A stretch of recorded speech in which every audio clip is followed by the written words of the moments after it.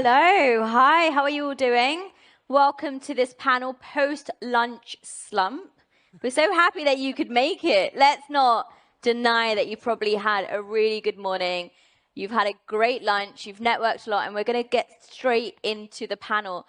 As a point of introduction, my name is Sonya Barlow. If LinkedIn and Bumble had a baby, that would be me. So I'm building an app to democratize access to mentorship, networks, community, and career conversations. Outside of that, I'm a BBC presenter, a YouTuber, content creator, author, writer, and anything with a hustler's hat on.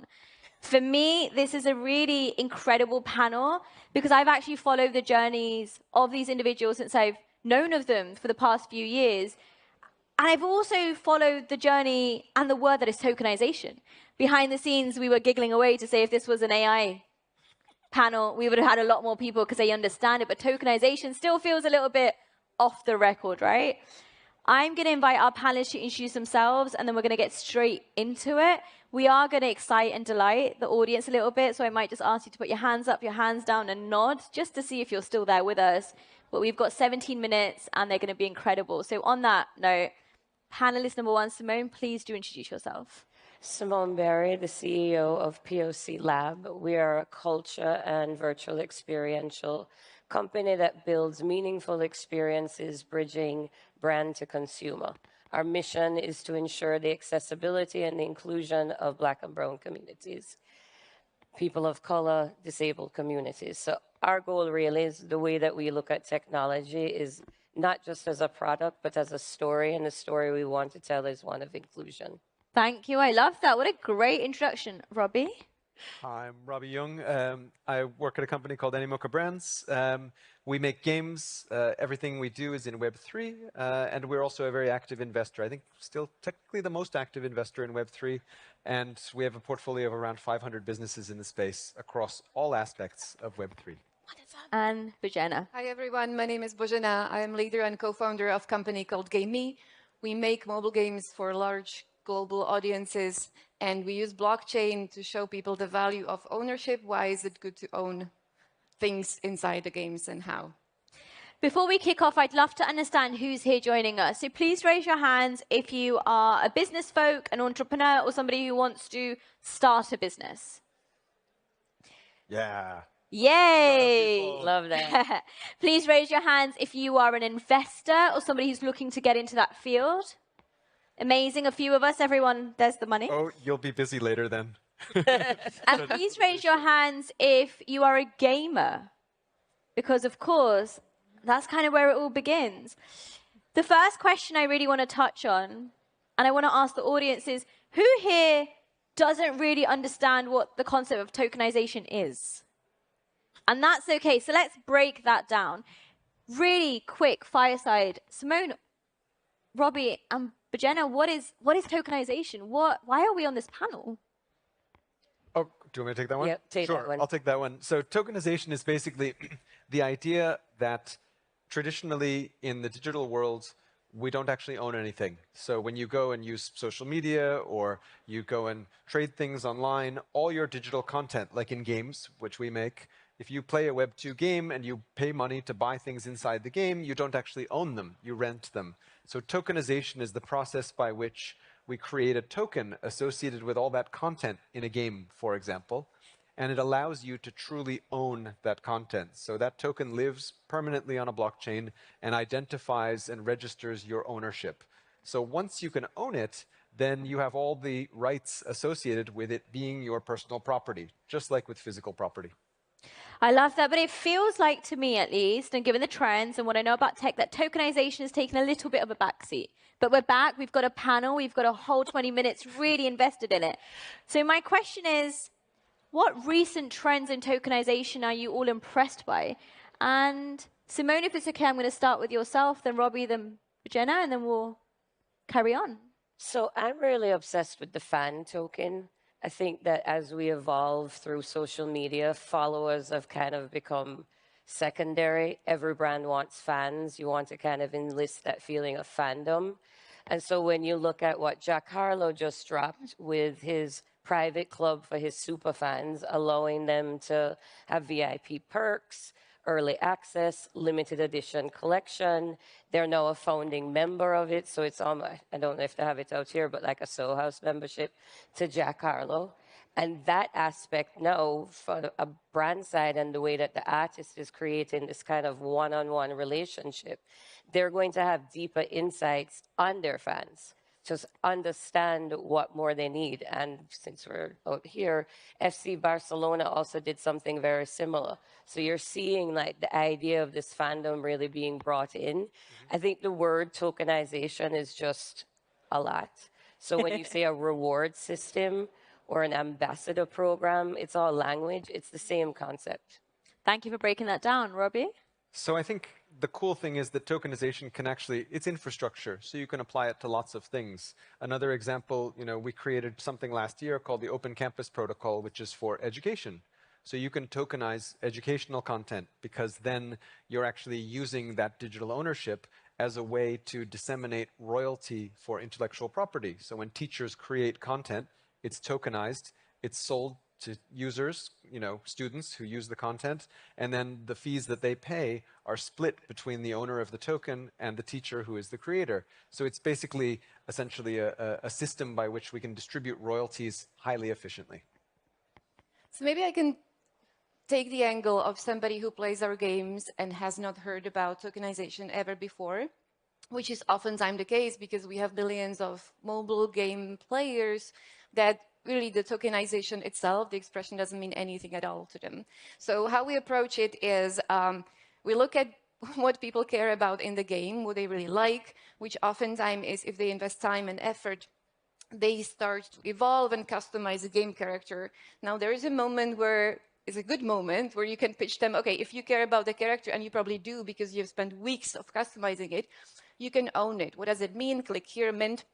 And this is the moment where people are a little bit warmed up to the idea, but they would still ask why, right? It's not only I can keep the character I've been working for, but it also allows me to trade it for another character that I see somebody else has and maybe I like it more.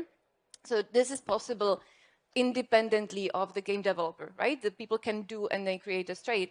But on top of it, there is a moment where people realize, oh, I now own this character. But it's not only that I can trade and do something in the game, I can use it in other games, which gives me a lot of freedom. So that is a moment that changes the consumer of the game into somebody who goes and creatively explores what I can do with the thing I own. So we endorse and we help this a little bit by building partnerships with other projects. So they would, for example, offer a contest or a custom experience for everybody who owns the character minted in our game. But that's completely independent on the game we create. And people understand it and they start to connect the dots. Oh, so I have something that's independent of the game developer, and any other party can offer an experience based on my ownership. And the moment when people realize it, it's a really nice one. It's really beautiful. One thing I'm also kind of hearing from that is it instills this customer loyalty, this element of I want to come back and I want to support you, and that's what I believe in. And Robby, well, obviously for a panel, you're going to do research on your panelists, right? I saw in a recent interview, you said that Web3 isn't merely an additional marketing strategy or sales channel. It signifies a new way of engaging with customers and nurturing relationships. Yeah. So can you delve into it further? Sure. How can a brand use tokenized assets to create loyalty? And then I open it up to Bozena and Simone to see what your thoughts are as well. Sure. So I think just as the overall concept, I think it's most exciting for brands because it allows brands to create direct-to-consumer relationships. And I think this is what every brand wants today because essentially in the last decade and a half, they've been completely disintermediated by the platforms. So they have to go through Apple or Google or Amazon or whatever the e-commerce platform is in order to reach customers, and customer data has become the treasure essentially which all of these different platforms hang on to because it's the way they gatekeep access to their user bases. But as we start to build some of these things, whether it's fan token loyalty programs or it's in-game items, all of these things create direct relationships with customers. And I think getting back to being able to talk directly to your customers is what every brand wants. Simone? So right now, if we just look at like the traditional loyalty, it's an $8 billion market. 49% of all millennials and Gen Z join loyalty programs as their statement to say, we want to support this brand. As we're moving through, one of the challenges is it's a very complex system. So even from like a multi-brand platform, say I love shoes, I also love jackets, I love this game. You could create something that all brands could now participate in a very simplified manner, where in a traditional system, that would be upwards of $250,000 to $1 million for you to actually be able to do that across brands. Gaming is a perfect example. Let's say we have a brand that's built, in our case, let's use Walmart. So we built an experience for them. Within that experience, there could be tokenized offers, so they could be able to redeem this value asset. Then they could also have something in store. So now you're looking at this ecosystem where you are, as Robby mentioned, having this one-on-one relationship, and you're co-collaborating with your consumers. You're not just pushing transactional moments, but you're now creating like an emotional connection. And I think when you hear like the tokenization, that personalization, so if maybe it's more personalization of the experience. As I said, I love shoes, say I love something else. Brands can now look at, you know what, she buys these shoes specifically. I think she would also like this.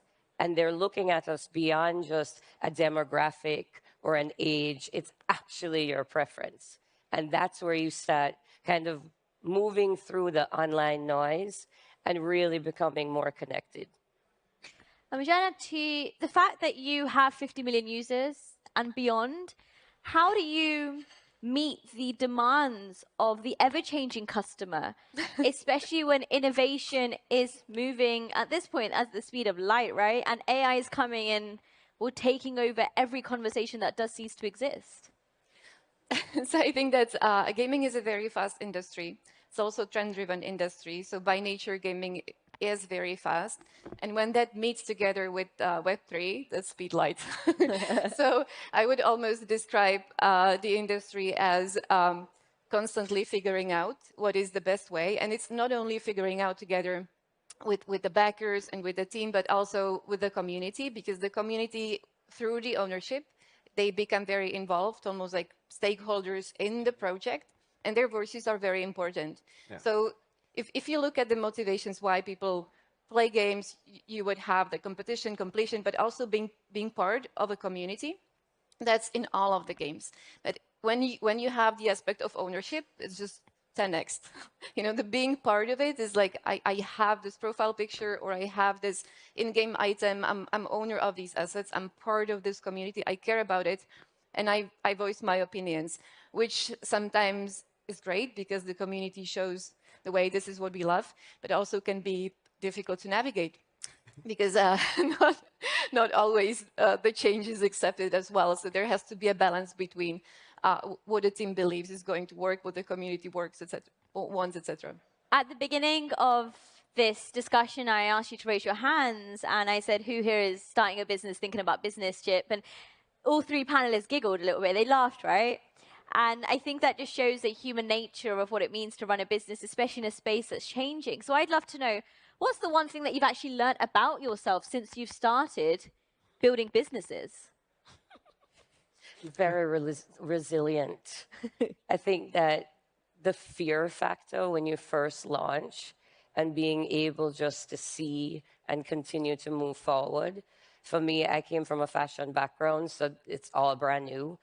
And just having that belief, even though if you don't understand everything. And I think transferable skills are continually overlooked.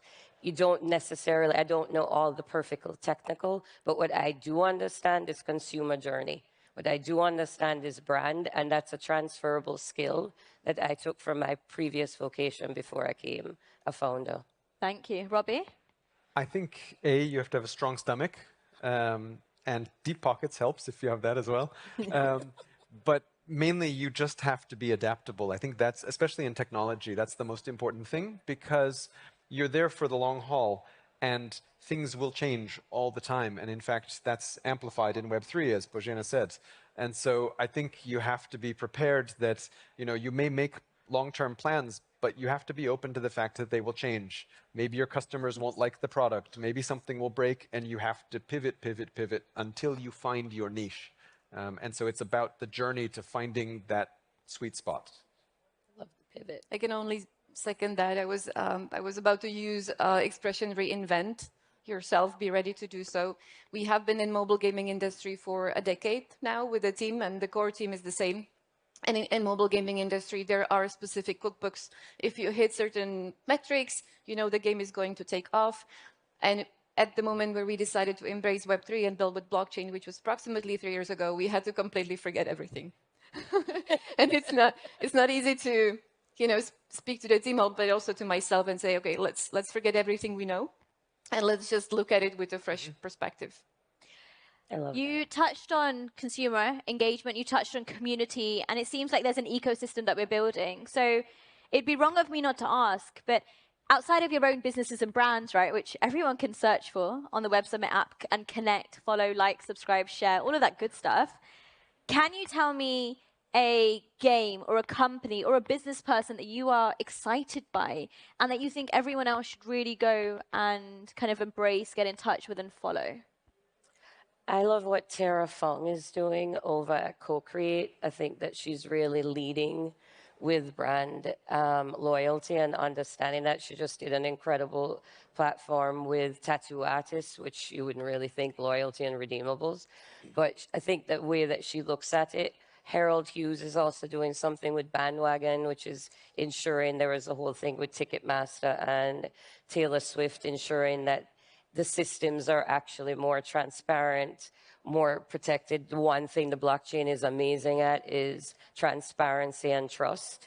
So when you're putting this into these systems, so I'm really inspired by them. I'll always say Lady Phoenix also. Thank you.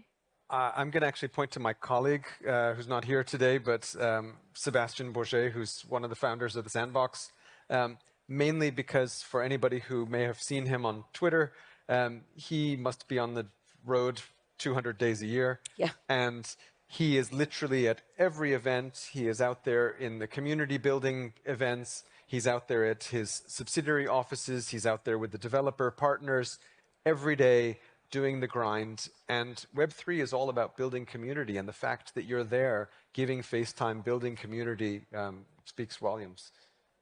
So for a change, I will pick technology. You have two people. I would pick Telegram Messenger because I really appreciate and really admire the team, how they have built from zero into one of the biggest independent social networks, independent of big tech social network. They have 800 million MAUs. They value privacy really high. Their tech is amazing, and they have evolved into a great product that puts user first and is now embracing Web3 and blockchain, which is very, very bullish. So I would name Telegram. Yes. I think in summary, what I've really taken away is tokenization is just a word, but it really is about owning your digital assets, not being afraid to pay to play, but also not being afraid to play to begin with. Failure really is what makes you resilient. So go out, break things, and see if you can fix it. But that brand loyalty is so important, especially when you're trying to solve a problem that for many of us, we didn't even know existed. On that note, I would love it if you could give a big round of applause to our panelists for all the golden nuggets they shared. And I encourage you to connect with them online and stay in tune and a part of their journey. So thank you so much. Thank you. Thank you.